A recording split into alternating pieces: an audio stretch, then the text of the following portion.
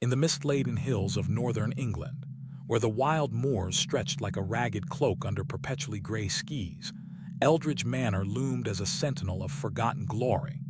Built in the early 18th century by Lord Reginald Eldridge, a ruthless merchant who amassed his fortune through dubious trades in the colonies, the manor had witnessed centuries of ambition, love, and unspeakable loss. By 1897, its once polished stone facade was cracked and weathered, overgrown with thorny ivy that seemed to clutch at the walls like desperate fingers.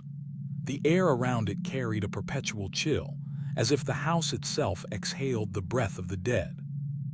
Lord Harlan Eldridge, the current patriarch at 50 years of age, ruled this decaying domain with a mixture of aristocratic pride and simmering paranoia. Tall and skeletal, with a mane of silver hair and eyes as dark and unyielding as the coal mines that had once fueled the family's wealth, Harlan was a man haunted by the shadows of his ancestors. He spoke often of the Eldridge curse, a legend whispered through generations. Any who betrayed their blood would suffer a fate more horrible than death, consumed by shadows that twisted body and soul alike. Harlan dismissed it publicly as superstition, but in private, he fortified the manor like a fortress, barring outsiders and scrutinizing his own kin. His wife, Lady Evelyn, was a portrait of faded elegance. At 45, her auburn hair, once a cascade of fiery curls, was now threaded with silver, pulled back in a severe chignon that mirrored her restrained demeanor. Married to Harlan at 18 in a union arranged for alliances rather than affection, Evelyn had borne the weight of his temper and infidelities with quiet dignity. Her days were spent in the conservatory, tending exotic flowers imported from distant lands, orchids and lilies that bloomed defiantly amid the gloom. Yet, beneath her composure simmered resentment, a slow-burning fire fueled by years of neglect and the loss of 2 infants in childbirth, tragedies Harlan blamed on her fragile constitution.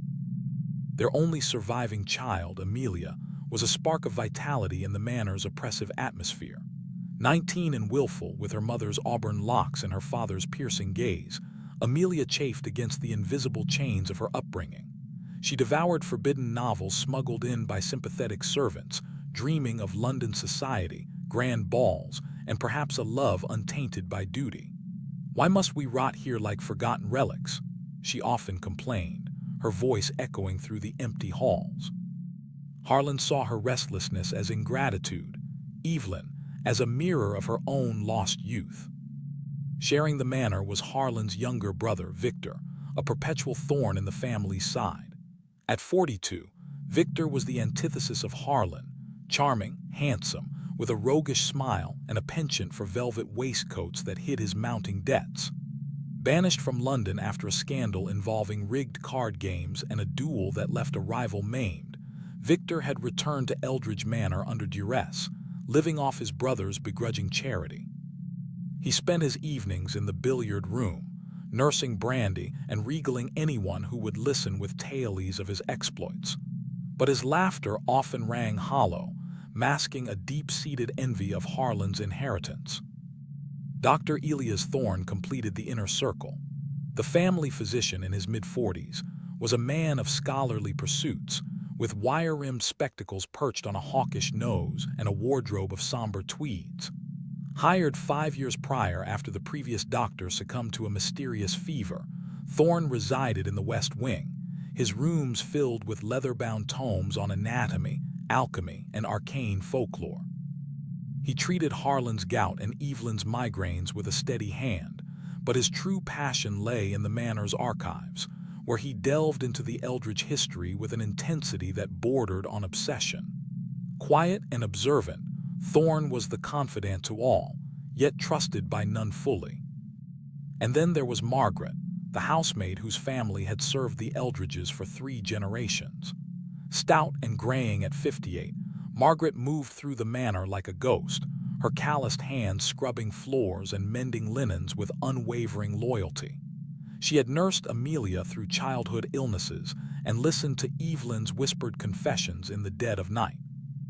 Margaret knew the manor's secrets, the hidden passages, the locked chests in the attic. But she spoke of them to no one, her silence a shield against the chaos above stairs. The tale ignited on a blustery autumn evening, as the family assembled in the grand dining hall for supper. The room was a cavern of opulence past its prime, crystal chandeliers dimmed by dust, portraits of stern ancestors glaring from gilded frames, and a long oak table set with tarnished silver. Candles sputtered in the draught, casting flickering shadows that seemed to writhe across the walls like living entities. Harlan at the head raised his goblet of claret, his voice resonant yet edged with strain. "To the Eldridge legacy," he intoned, "may it endure through storm and shadow, unbroken and eternal." The toast hung in the air like a challenge. Evelyn sipped her wine delicately, her eyes averted. Victor smirked, swirling his glass. "Endure, with the roof leaking and creditors at the gates. Brother, your legacy is as solid as mist on the moors." Harlan's knuckles whitened around his stem. "Mind your tongue, Victor. You've squandered enough of our fortune on dice and doxies."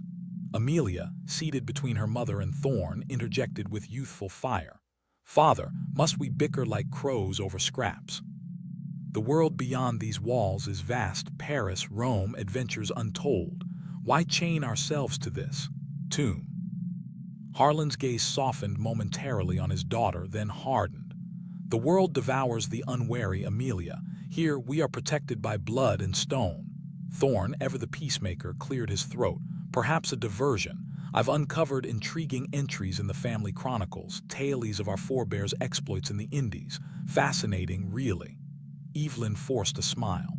"Yes, Doctor, do share. Anything to lift this gloom." As the meal progressed, roast pheasant undercooked, potatoes bland from rationed supplies, conversation turned to the curse.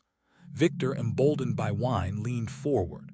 "Ah, the shadows of Eldridge. Remember grandfather's story. How great-uncle Percival betrayed his brother for a chest of Spanish gold, only to be found in the catacombs, his body twisted as if wrung by invisible hands." Evelyn shivered. "Enough, Victor. Such talk invites misfortune." But Harlan, unusually pensive, murmured, "Legends have roots in truth. Betrayal sows its own doom." Margaret served silently, her face impassive, but Amelia noticed her hands tremble as she poured tea. Later, as the family dispersed, Harlan to his study, Evelyn to her embroidery, Victor to the stables for a midnight ride, Thorne to his books, Amelia caught Margaret in the kitchen. "You look troubled, Maggie. Is it the cursed talk?" The maid shook her head. "Nay, miss, just old bones aching with the weather. But mind yourself, shadows listen in this house." That night, as the clock struck 2, a piercing scream rent the silence. It emanated from the servants' quarters in the basement, echoing up the stone stairs like a banshee's wail.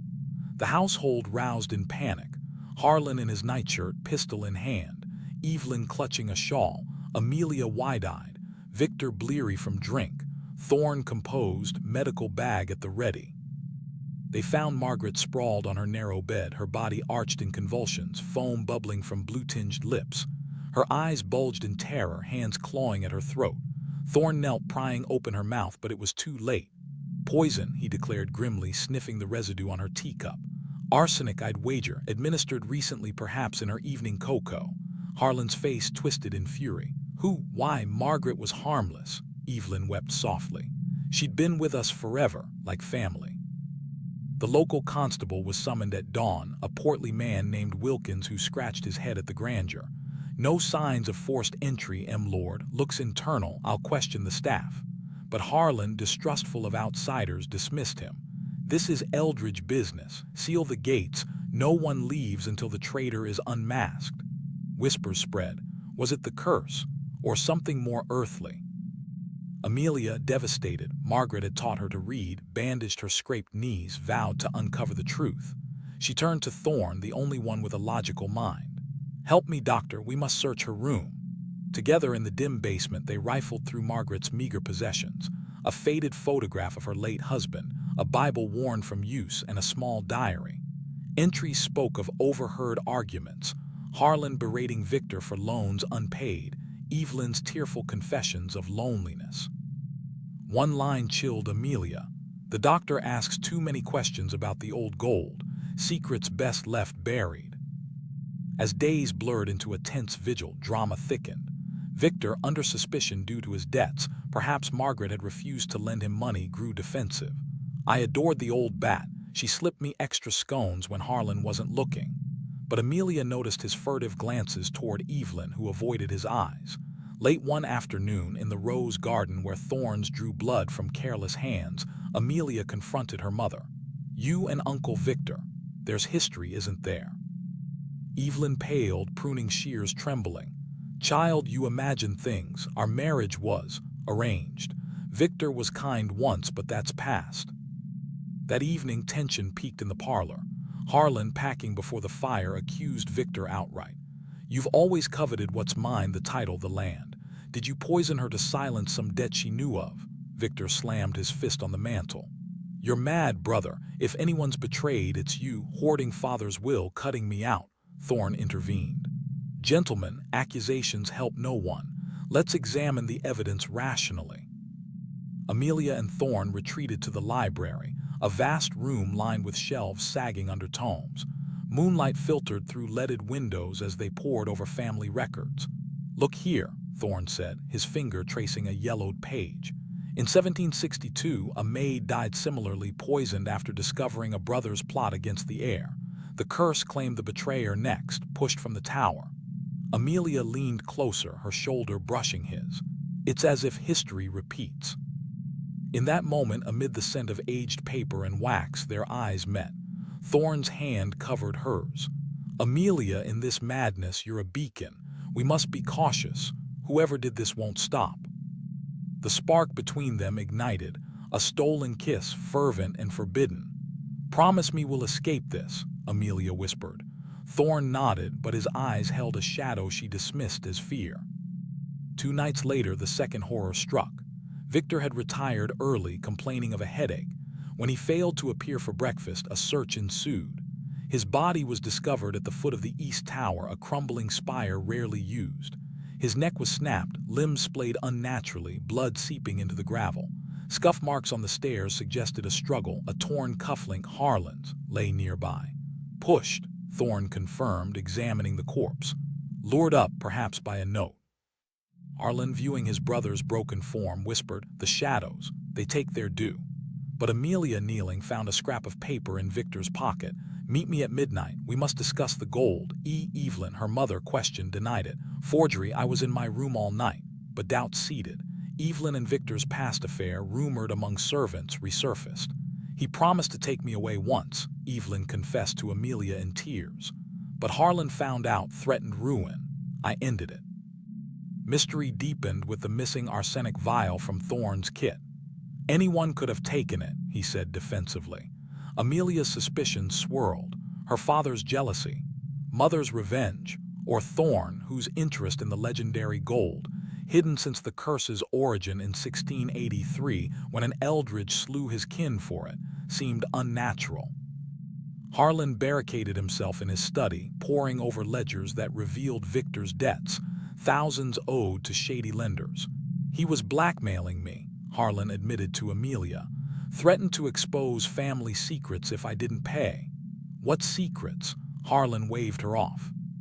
The third fate descended swiftly. A gunshot. No, a muffled cry from the study.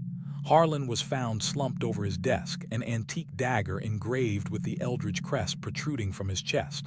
Blood soaked his accounts, Victor's name circled in red. The room was locked from inside, window latched. "Suicide," Thorne suggested. "Or murder by someone with a key." Evelyn collapsed in grief or guilt. Amelia, now heiress, felt the manor's weight crush her. Who gains? Mother inherits temporarily, then but Evelyn's alibi was weak. She'd been in the conservatory alone. Driven by nightmares of shadows, Amelia delved deeper into the archives. A hidden compartment yielded a letter, Thorne's birth certificate, revealing him as Elias Eldridge Thorne, a bastard cousin disowned for fraud. Motive crystallized. He sought the gold to reclaim his birthright. Confrontation brewed in the catacombs, a labyrinthine underworld of damp stone and forgotten crypts. Amelia lured Thorne there under guise of alliance. "Show me the gold, we'll share it." Torchlight danced as they descended. "You've deceived me," she accused, voice echoing. Thorne's mask shattered. "Yes, Margaret overheard my plans, poison silenced her. Victor found my forged documents, the tower ended him." Harlan pieced it together, the dagger was poetic. Betrayal's blade cut deep. Our kiss. A means to an end, but genuine in its way. He lunged with the dagger. Struggle erupted. Amelia clawed, kicked, toppling a torch. Flames licked ancient timbers. Evelyn arrived, pistol drawn, having followed.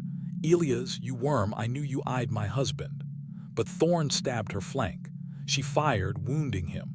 Amelia shoved him into a chasm, his screams fatting into abyss. Fire raged. Amelia dragged Evelyn out, but the wound festered. Dying in the courtyard as the manor blazed, Evelyn confessed, "I aided Victor in seeking the gold. We were lovers again, plotting escape. But I didn't kill him. Thorne must have forged the note." Her last breath, "Forgive me." Amelia fled as flames consumed the manor. Years later in London, shadows haunted her, visions of writhing forms. Madness claimed her. She drowned herself in the Thames, body twisted by currents. Centuries on, in 1925, archaeologist Clara Eldridge unearthed Amelia's journal amid ruins. Drawn by blood ties, she probed deeper. Whispers pursued. Betrayer. Found poison, dagger in hand, the curse spun eternal. Yet whispers persist. Does the gold lie buried still, awaiting the next fool to betray? The Moors know, but they do not tell.